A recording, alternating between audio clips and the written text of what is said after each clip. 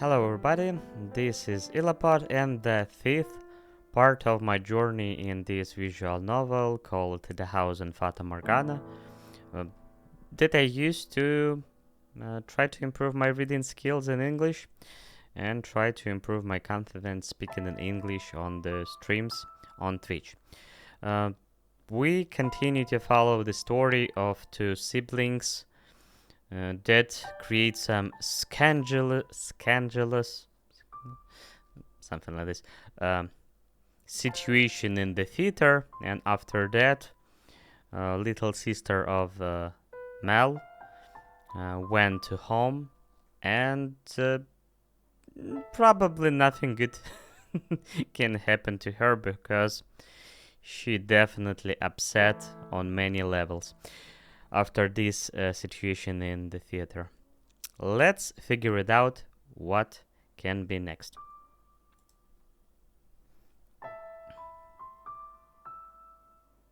Paintings are alive?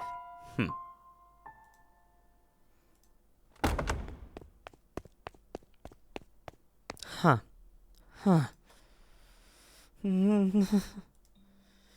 When she escaped back home, Nellie went straight to her room, locked the door, and began sobbing. The waves of her sorrow came crashing effortlessly over the levees? Tears streamed through the cracked walls of the dam, blocking her tear ducts. Why? Why? Why won't you help me? Why won't you help me, Mel? Why won't you take my side? The decor in her room appeared blurry through her damp eyes. Memories of the day she had in the redecorated plate back in her mind with crystal clarity. She told me she had no feeling for you. That liar! She let her emotion run wild, breaking glass craftwork, silver plates designed by famous foreign artisans, flower vases, all sort of things. Yeah, she definitely in the bad mood after that. It was as though a beast had been set loose in her bedchamber. The vase she tossed shattered against a painting hanging on the wall, sprayed water, porcelain, and roses in every direction. It was the portrait she adored so dearly of her and her brother. Ah! And in what appeared to her like a metaphor for her life, the frame fell off its mountain and came crashing to the floor.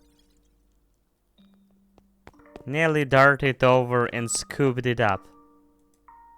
The frame had broken, but the painting inside was unharmed.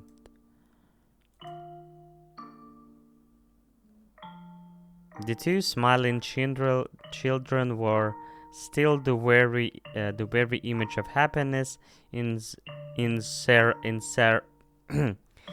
inseparable siblings gently holding one another's hand. My prince is no more. Though in her present state of mind, the image of happiness brought her nothing but misery. And the worse she felt, the more frustrated she grew at this smiling girl and kind boy of her past. The princess is no more either. You are not a princess anymore, Nellie. Some other woman has taken your place. I trusted you, Mel. I believed you would always be there for me. This painting is nothing but a lie. That's not the real Mel. That's not the real me. It's all a big fat lie. A lie. I wish this painting never existed. That it was never made. That I never had a brother. This painting. In a fit of emotional distress, she stretched feverishly at the painting she once considered precious. She put more force into her finger than she, or perhaps anyone, might have imagined she could. Flakes of paint began falling off the canvas, and in time she noticed something peculiar. Peculiar. Huh? What? Is this writing? Something hidden beneath the paint. Just a little more. A date? Why will that be hidden? What could it be for? Completed May 1587. 1587? She read aloud the faded, scratched up handwriting.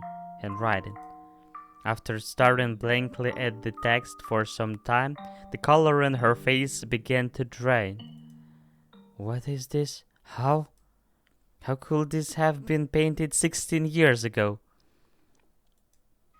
I wasn't even born yet then, and Mel would have been just a baby. Is this not me? Is this not Mel? There's still more writing. Urged on by her rapidly pounding heart, Nellie furiously scratched away at the painting. Even as her clear pink fingernails were soiled with fragments of paint and blood, she did not stop. She was so overwhelmed by trepidation that she could not stop. She had a horrible premonition that something was about to happen, something indescribable, incomprehensible. This is how invention your son. This is how invention your son and our unborn daughter might look several years from now. Huh?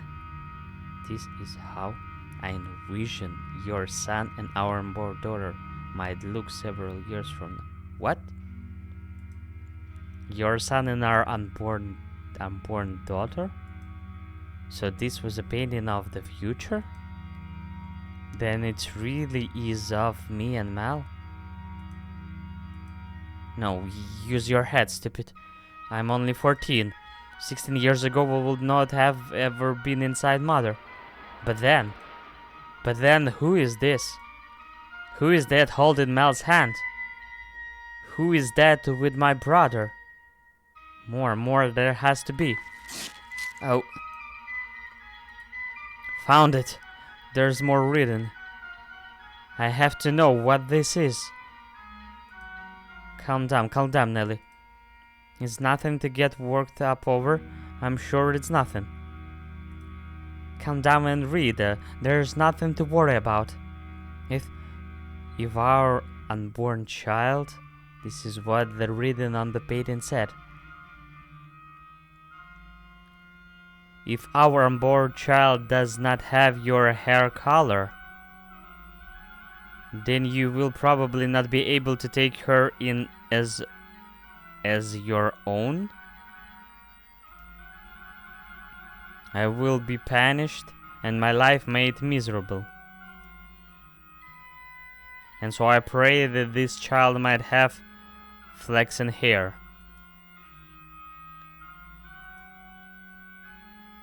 Though it is a sin to wish she has in her a trace of me. I do hope it's a girl. What was that?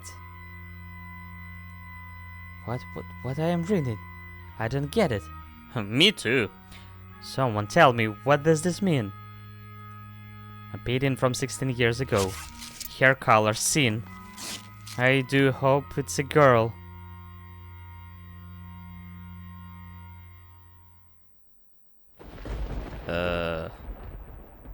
It was strange, but intriguing. Because we really want to know what this is all about. Yes? It's Nelly, let me in. Lady Nelly? Are you changed out of your dress? That's a shame, it looked nice on you. It really did look so nice.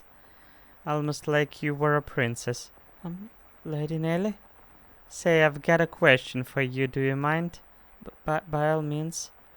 What color hair did your father have? I beg your pardon? Did you not hear me? Should I repeat the question? No? I assume it will be about Lord Mel. Oh.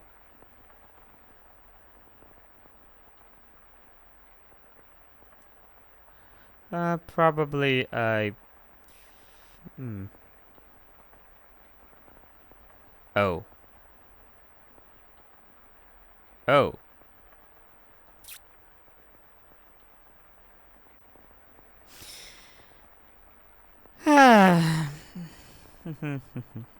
Let's continue. I'm just curious about where you get that white color from. My father was more than tan than white, so I didn't inherit my paleness from anyone. I asked about your father's hair color. Why would you want to? That's no reason you can tell me, is there? My father had white hair. White hair. But that was simply because he was an older man. I don't think he was born with. Huh.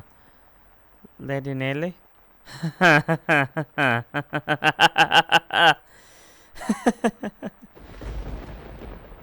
Hey, guess what?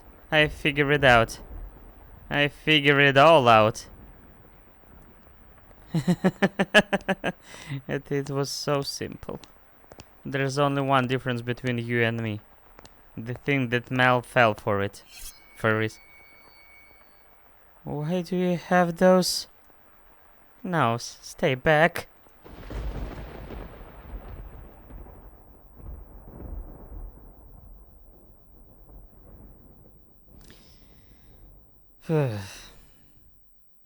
Creepy scene. Another creepy scene. We have finally reached this point in the tale, Master. If your memory has been refreshed, then we can return to the mansion immediately. Very well then. If you insist, Master, we shall proceed with the story.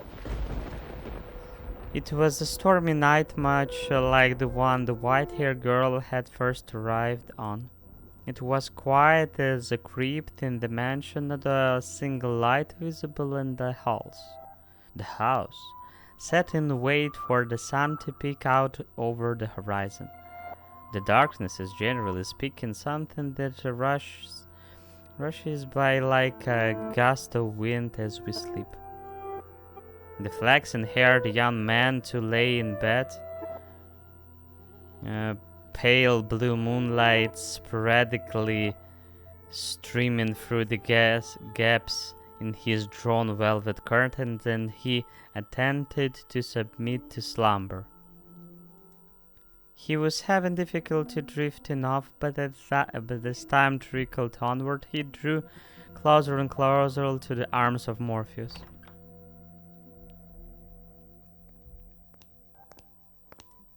Suddenly, he sensed a presence in the room much like the one from those nights some weeks earlier. I don't feel comfortable because something horrible can be happened. Is someone there? Answer me. A slender, feminine finger pressed gently against his lips. There was no hostility in the motion, but rather a great deal of affection. You're... The silhouette, faintly visible in the dark room, was the same as that night. A flash of lightning snore through the drawn curtains, illuminating her beautiful white hair. Several silky locks spilled over her shoulders and brushed against Mel's cheeks. A couple soft puffs of air tackled his face as though she were silently laughing. He assumed her fingers held against his lips was her way of telling him to stay quiet. She began to slowly, delicately trace out outline of his mouth, moving down his cheeks and along his jawline if over porcelain. You're rather more forward than I remember. Well, I suppose you always were quite daring. This isn't the first time you were sneaked into my bedchamber. The boy swallowed in an attempt to conceal his surprise. Do you remember the night she came to exact revenge on him for her father? Indeed, she had proven herself to be a rather bold girl once already. It's dark, I can see you very well. Why don't a light lamp, or perhaps we could open the... Before he could finish, the white-haired girl sealed his lips with her own. In the near total darkness of his bedchamber, the two shadows appeared as one. Oh. They remained that way for several minutes. Their kiss was innocent, no more than the pressing together of two pairs of lips. And at the same time, the white-haired girl lovingly ran her fingertips across his skin. When their lips separated, Mel gasped for air. It seems he had been holding his breath. Slightly embarrassed at himself, he said. Oh. Dearest Mel.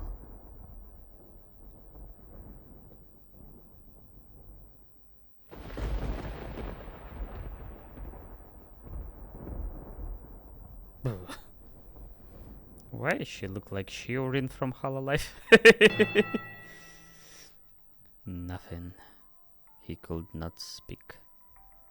The silhouette hanging above him was certainly the white-haired girl's. Or was it? Because his next words were, "Get off me!"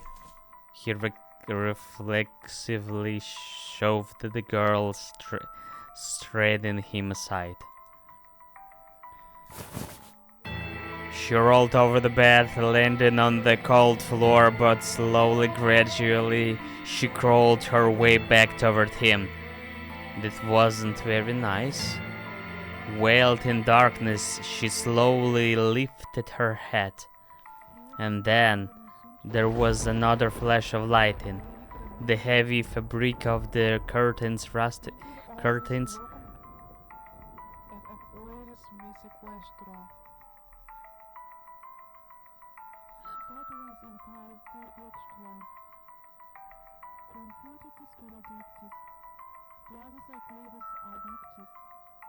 What the? What I'm hearing? In what language? Okay. The heavy fabric of the curtains rustled, bolts of lightning streaming between the gaps. Oh. Her flexing irises glimmered. Though in the bluish-white light there took on a twinge of almost golden glow. No need to be so rough. This isn't the first time she's visited your bedchamber. Huh? Is it Mel? Or did I not kiss you? Or did I not kiss you the same way? Tell me, how does she run her fingers across your skin? What does she do when she nuzzled up to you? Nuzzles. Stop this madness! Nelly! Why would you do this? Because you like white hair, don't you, Mel? You like the white hair, which is why you fell for her, isn't it? So if I have white hair, then you'll fall for me too. Then I can be your princess again, dearest Mel. What? What are you even talking about? He could not escape from his sister piercing gaze. What happened? How could she? Question crashed into the young man's mind like waves in the stormy sea. But none of them found answers. They simply caused him further perplexity. Your hair. What happened to your hair? How did you get in that color? Oh, this. Oh. You like my wig? But as soon as the words left her mouth, Mel was in motion, propelled by pure instinct. Propelled.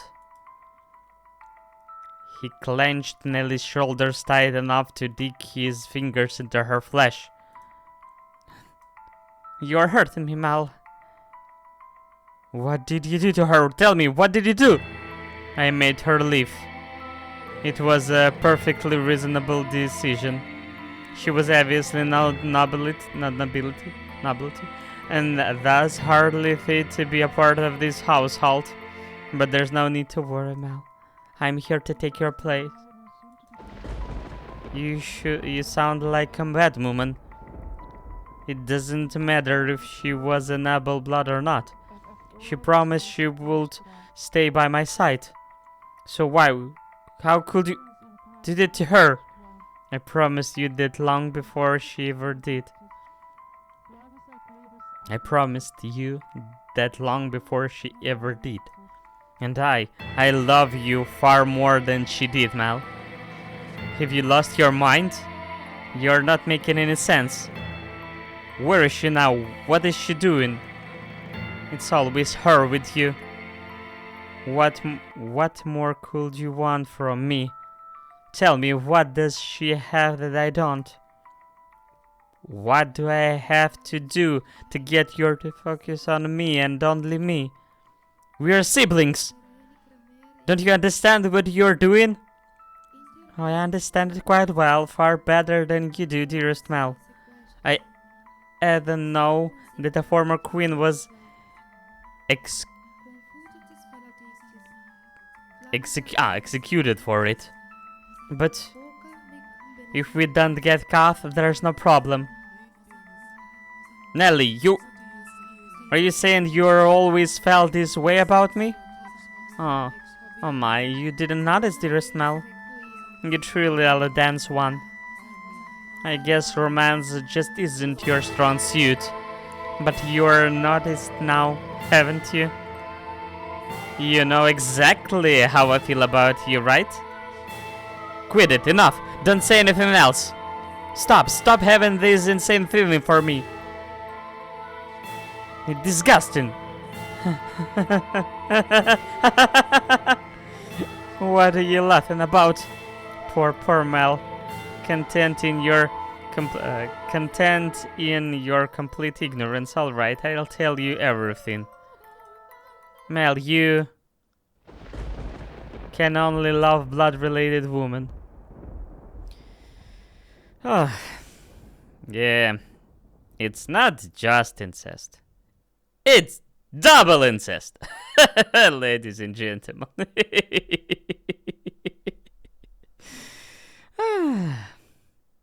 Yeah. Yeah.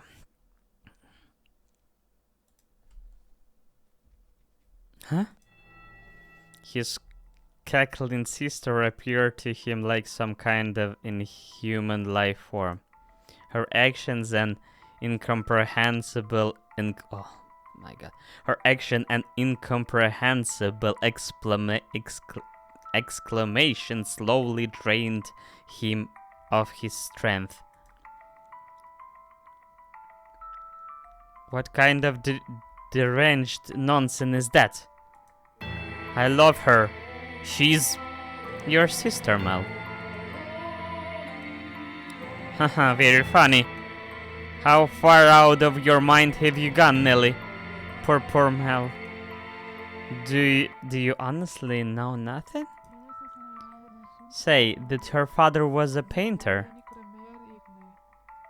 He painted pictures for a living.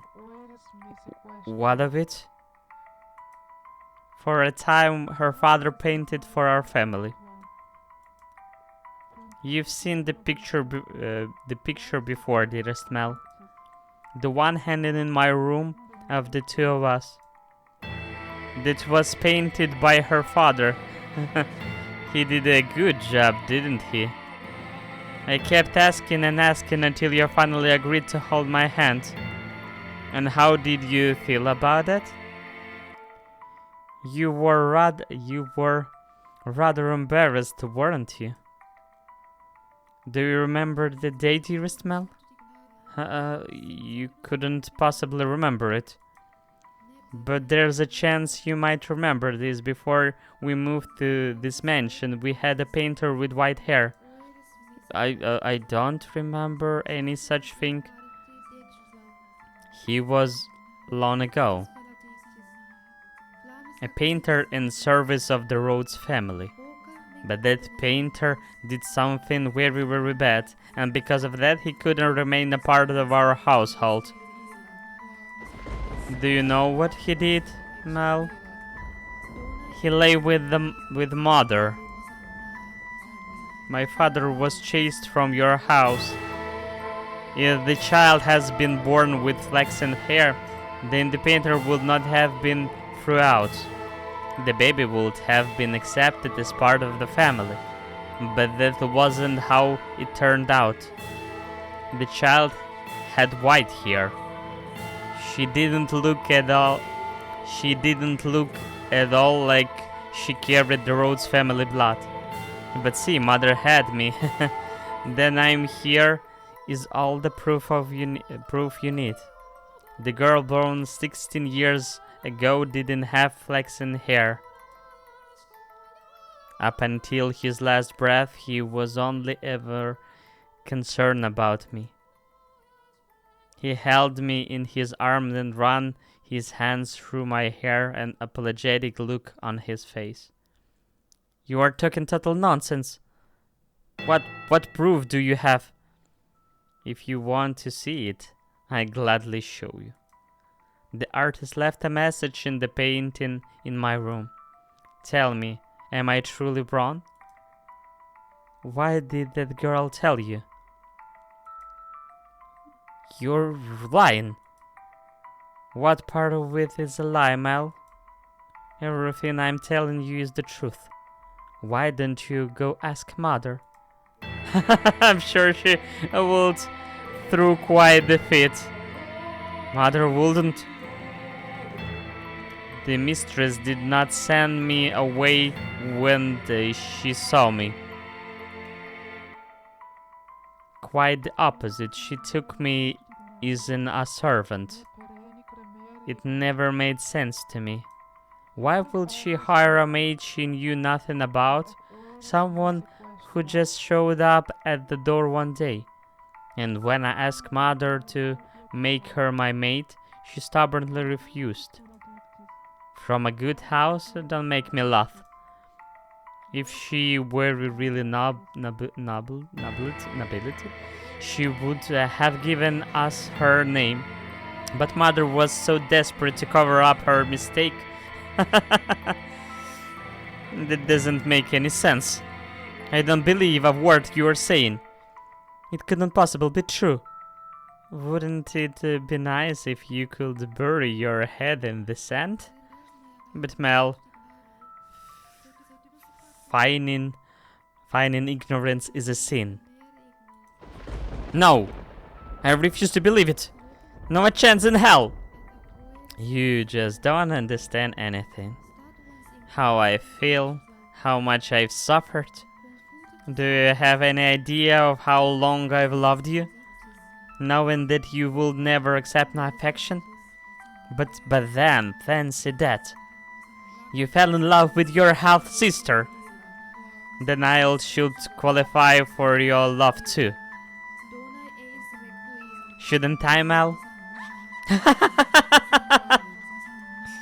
Stop it, enough, shut your mouth. Not another word. I don't believe any of this. Mel. I know you'll never love me. You'll never love me. I know there's nowhere for me to run. Say, when we were kids, was that really me? Was I really by your side, Mel? If that painting tell me the whole truth, I was never once did I get to be your princess? Not ever once. What a scene! Dearest Mel, everyone just loves to dote on me. They are always telling me how pretty I am. Mother does, father does. And all the maids do too. I can do anything I want. So for me, acting like a spoiled child is the only form of rebellion I have. I don't have the kind of freedom you do, Mel. I'm just a doll for the family to play with.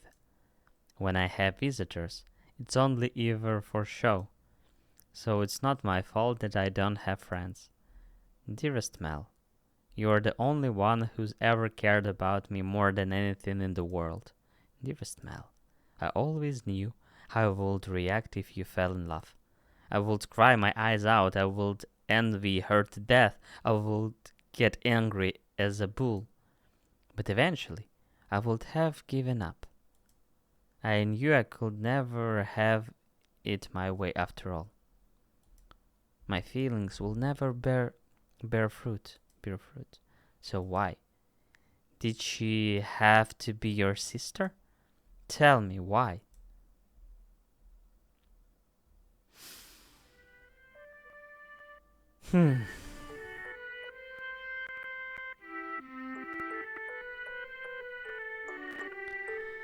And we return to this another creepy melody. Oh, dearest Mel, here you are again reading such hard books. Your eyes will go bad if you're spent too long staring at pages. I'll be fine, Nelly. It's not like I'm reading 24 hours a day. No, that's not good enough. If your eyes go bad, dearest Mel, you won't be able to see me anymore. You worry too much. I can see you fine and well, my princess. Your hair glimmering like the sun and your beautiful smile. I can see you clear as day, and that's never change. And that'll never change. Plus, the skies are clear today, so you are even more radiant than usual. You know, this is my favorite season. Winter's cold and there's so much rain, I can't stand it. But as it gets closer to my birthday, the clouds go away, and I just adore the sun. Ah yes, it's almost your birthday, isn't it? Have you decided what you're going to ask father for? Not yet. I want pretty dolls and shoes with sparkling gems. And I also want a pretty dress like the ones mother wears. At least that long is asking a bit much, even for father. But dearest Mel, I already have what I want the most. So the truth is, as long as I have that, I don't need anything else. Oh, and what will that be? The hairpin that brought for you the other day? Or maybe the song that I had written for you last year? None of that, dearest Mel. That what could it be? Now I'm really curious. What is that so valuable to you? That's a secret. Girls have so many secrets, I just don't know what to do.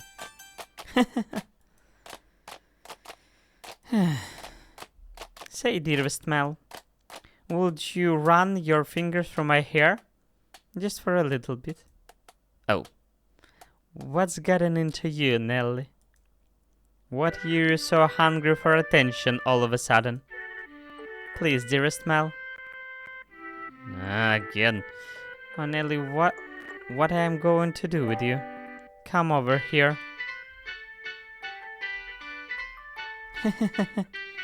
And I want to sit on your lap. Yes, as your wish, my beautiful, beautiful little princess. Say, dearest Mel? What is this time, Nelly? Right now, I'm so incredibly happy.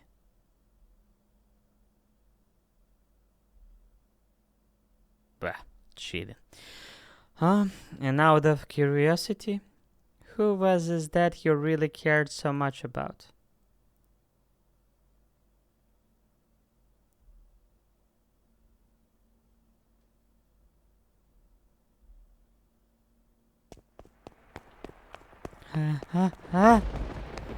In a fevered frenzy, Mel fled from the mansion. Even in early summer, the night was cold. And to make matters worse, raindrops pelted him from head to toe. But that caused him little discomfort, for a far greater mildstorm of pain rampaged with his breast. At night, the town took on a different appearance. Not simply far lack of illumination, but the people active within it as well. This was not a suitable place for a young aristocratic man to go wandering unattended. The darkness is not only the abode of devils, but of beggars, thieves, criminals, and all manners of things undescribable. But despite that, he continued to run, knowing not where he was to head. He simply went where his feet took him. And where he arrived was the church. Oh. Maybe for him it's not the bad decision, just go straight to the house of the gods. Because after this shock history, it's just... yeah, it's not the bad place. Father! God should be able to offer me counsel. To answer all my questions. About that painting, about her, and about Nelly's feelings. But probably you don't need to translate this situation to holy man, because it's a sin, horrible sin, and etc, and probably, yeah, it's all about blasphemy and something about that. Not a bad situation. Not the best situation.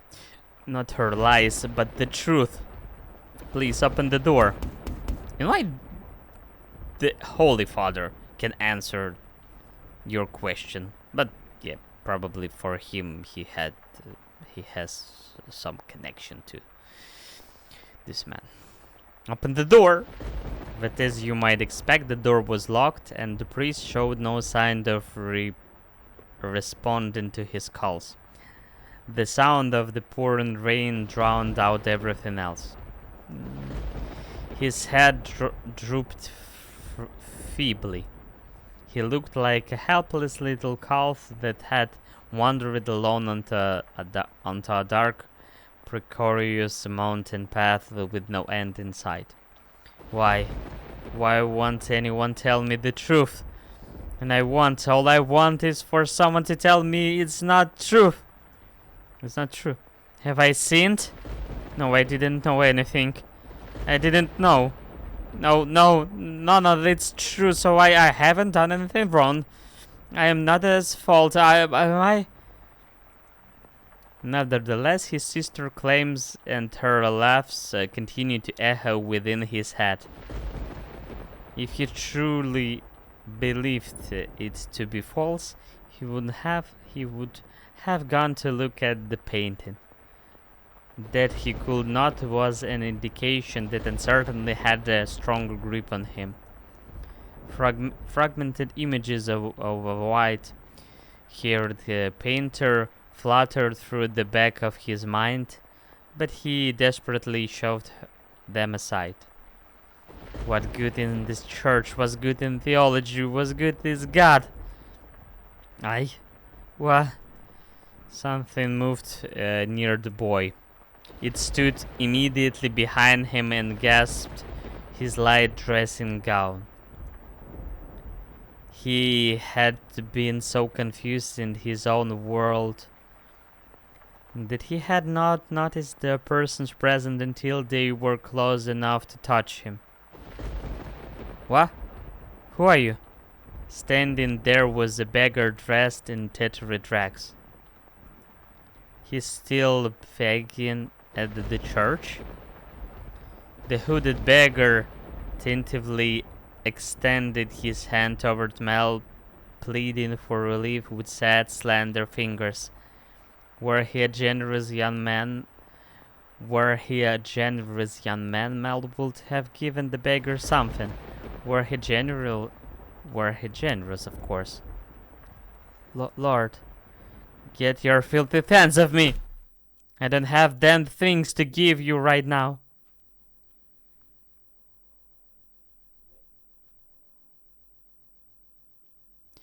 Of course, I need to so, I thought maybe I added Moobot, and I thought maybe it's suitable for this kind of spam, but yeah, I need to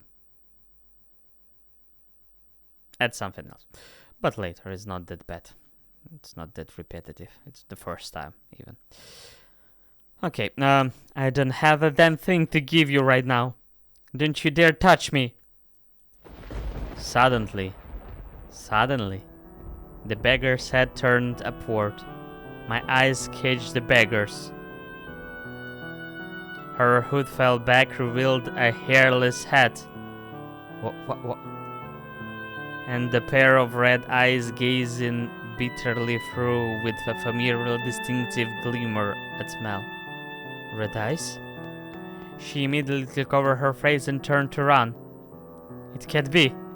The beggar that's always been here was a... But you said yourself that they would not survive much longer. How could you be certain that she was that same beggar? Huh? Wait for me! Perhaps it's someone of such high social standing all beggars appear the same to you? I guess it's kind of it's too much, I guess.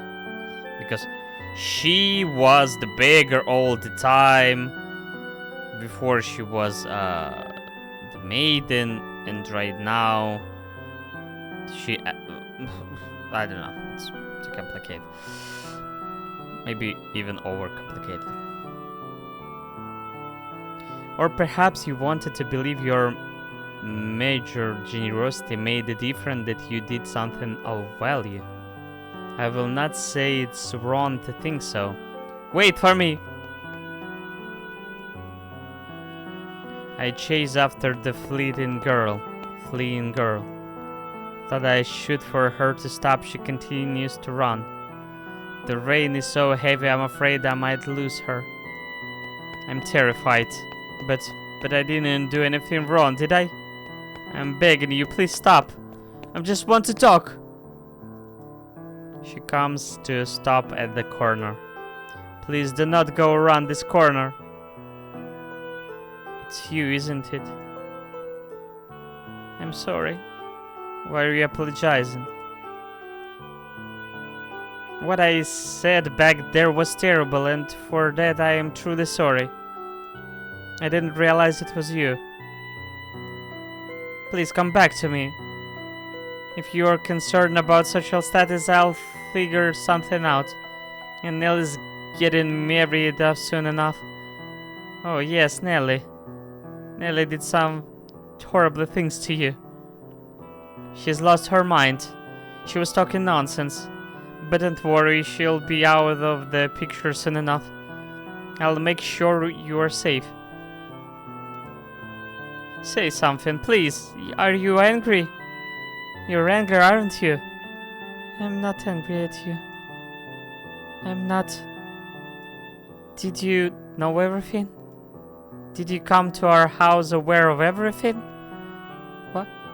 Did you tell me, please? The priest isn't around and everything Nelly says it's a lie. You are the only one who will tell me it's not true. Why, a relationship? I don't understand what you're saying. Huh? I see. You don't know. You don't know. It's for the best. Nelly the only one who knows, and she'll be gone before long. Everything will be alright. Lord Mal. It'll be alright. Let's go back. I'll make sure you're never put in danger again. I'm begging you, stay with me. My appearance is not longer suitable to stand at your side. You said how unsightly I am back. I'm back by the church, didn't you not? Hair can grow back. That's not a problem. Now I truly look the part of the hideous witch. But I am to blame. It was a sin for me to find happiness in your kindness. What are you talking about? My sins was fall in love with you. Not what happened to my father, nor how he had to spend our days. There's no sin in that. We have our whole life ahead of us, don't we? With enough time, this whole tragic mess will be behind us. Things will only get better from here. I'll be your prince, like the one who took the girl to see the outside world. So please, give me your hand. Come to me. Don't leave me all alone. I need you by my side. Please. I extend my hand around the corner. I sense her hesitating beyond the bend. I'm begging you. I can't see what on the other side, but a vision of her reaching out to put her hand in mine wells up in my mind. But that story never had an ending. What? She doesn't take my hand. I doubt the girl ever wrote that letter. Huh? She's not there when I turn the corner. Why? How did things end up like this? Where did I go wrong? Oh God!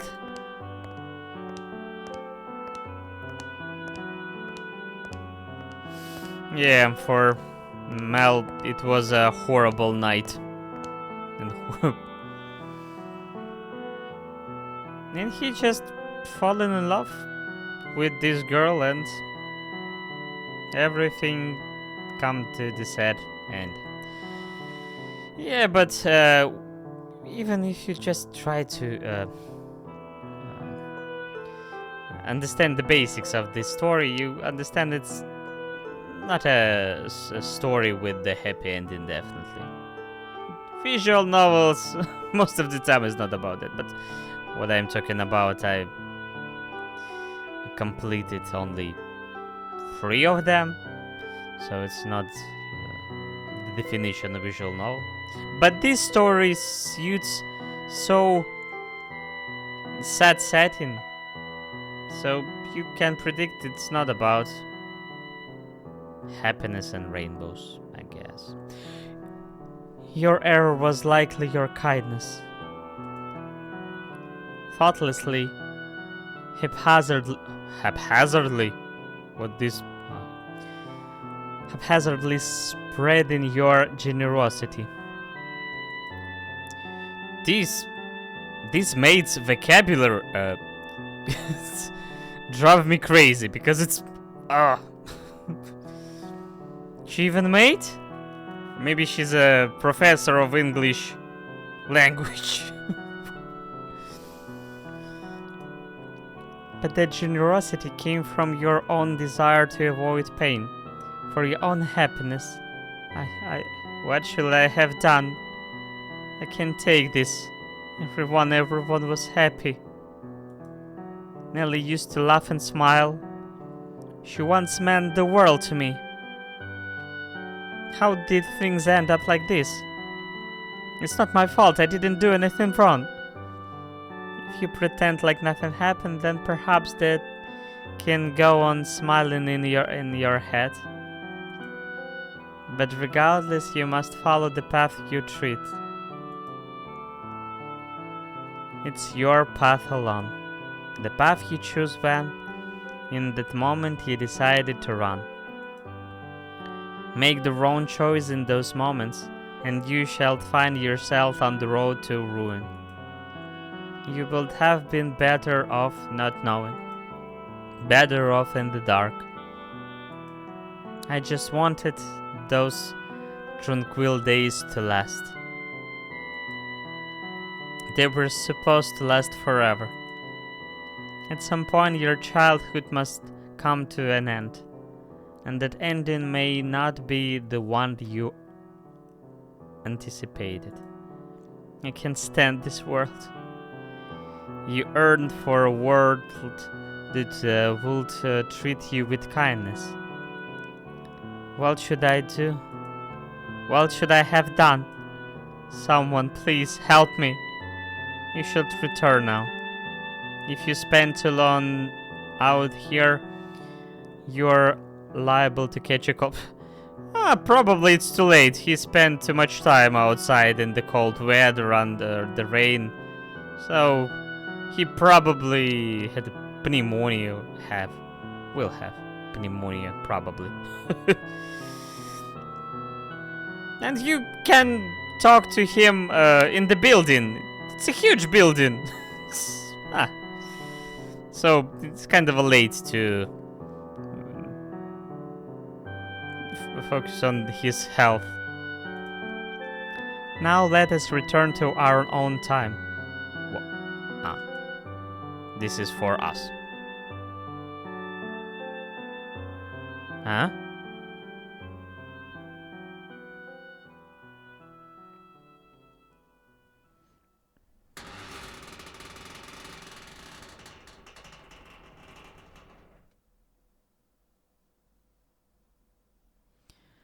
The crestfallen young man faded into distance, and the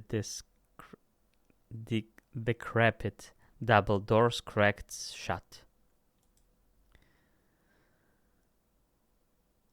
Through the shattered glass, you could see only ruins of a garden, not a single rose growing within. You had evidently returned from the past. In the garden, weeds grew taller than people. You found it difficult to look at. A wolf howled in distance.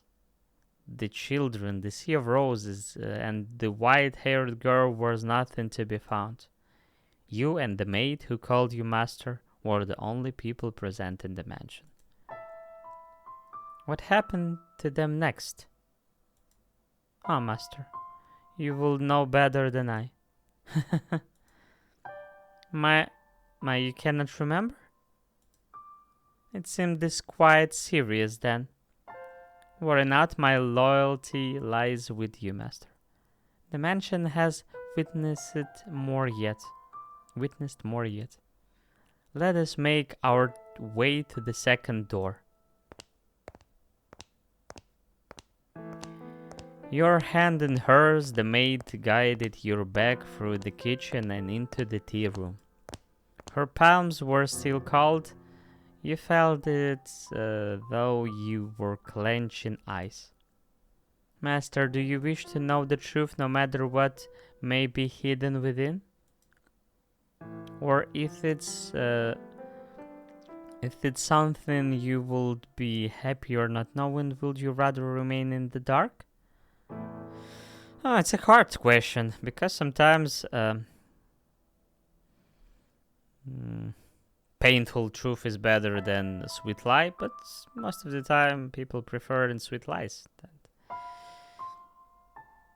be hurting by the truth, because truth is heartless most of the time. Oh, is that so?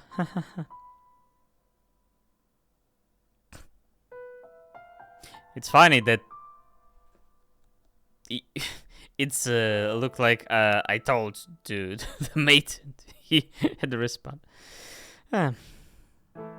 She has a response. I wonder about their father. Yes, the flaxen-haired sibling's father. They think he knew about the white-haired girl. If he did, then perhaps he allowed her to stay because of how deeply he loved his wife. Or maybe because he did not want people to find out about her. I expect he too excited, experienced many different emotions. Because, for the father it was really an easy situation because probably he loved his wife and after this situation they had a child even. But if he knew about he knew about the situation, that's why the painter was dismissed. But in those times, 16, those times, I guess, I don't know how. Maybe in aristocratic field, people didn't didn't want to create some drama and brought and try to keep this by themselves because it's a bad status for them. Wife who cheated her husband. So yeah, maybe it's not about love, more about the status of the rich people and powerful people. So yeah, probably it's more about that. He just don't want to that rumors spread it. Something about that. I expect he to experience many different emotions, but those pages of his history remain untold. Their parents likely had a turbulent tale as well, but theirs is not of consequences.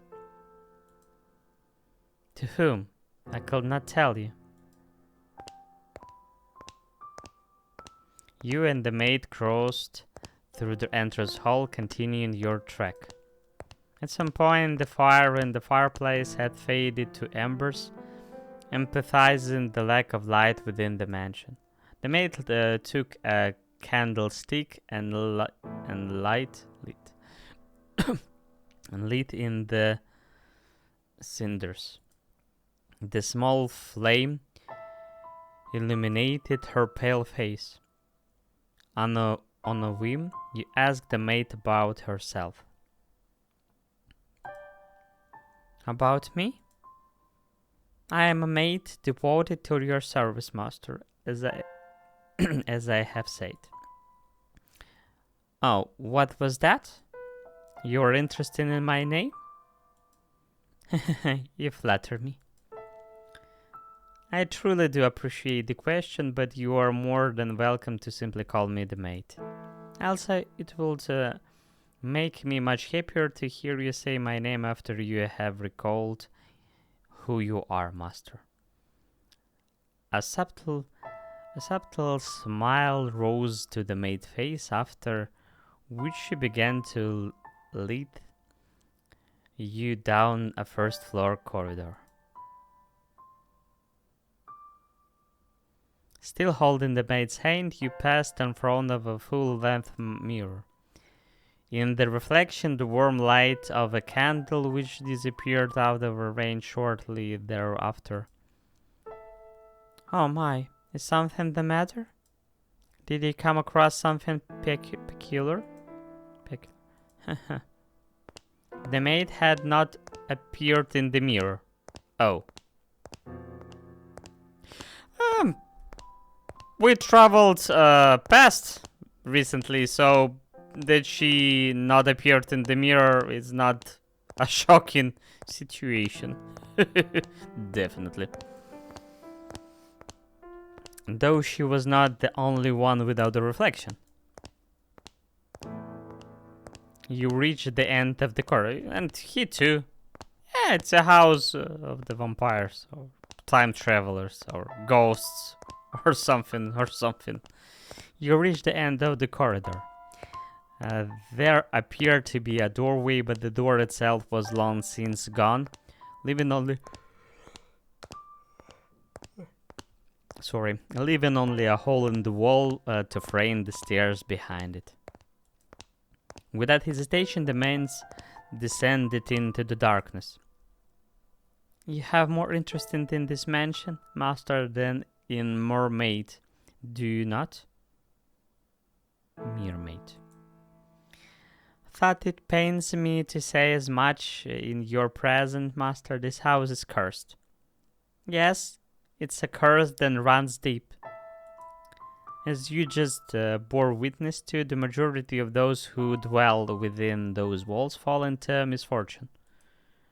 I have served here for many years, and periods of happiness are as fleeting as a sugar cube in a cup of a hot tea. Why did such tragedies befall them? If I were to guess, master, it was because you had no return. Huh?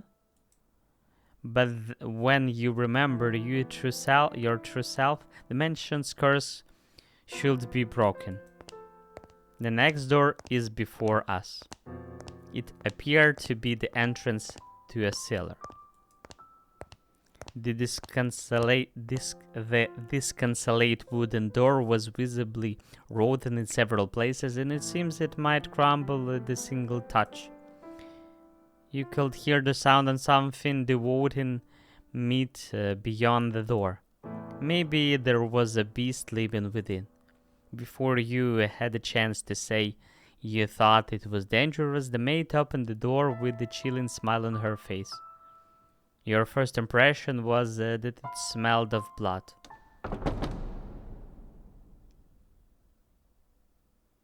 And scene. The second door.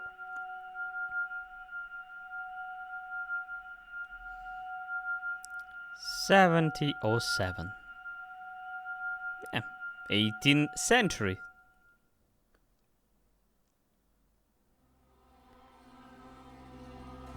And I think it's a really suitable place to stop.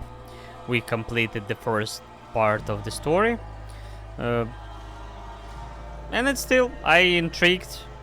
It's an interesting story. It's not something that I can predict because it's Japanese. But maybe the second door can surprise me. So, thank for coming to the stream or watching this music. The record, not record, VOD. So, see ya next time. Bye bye. Have a nice weekend.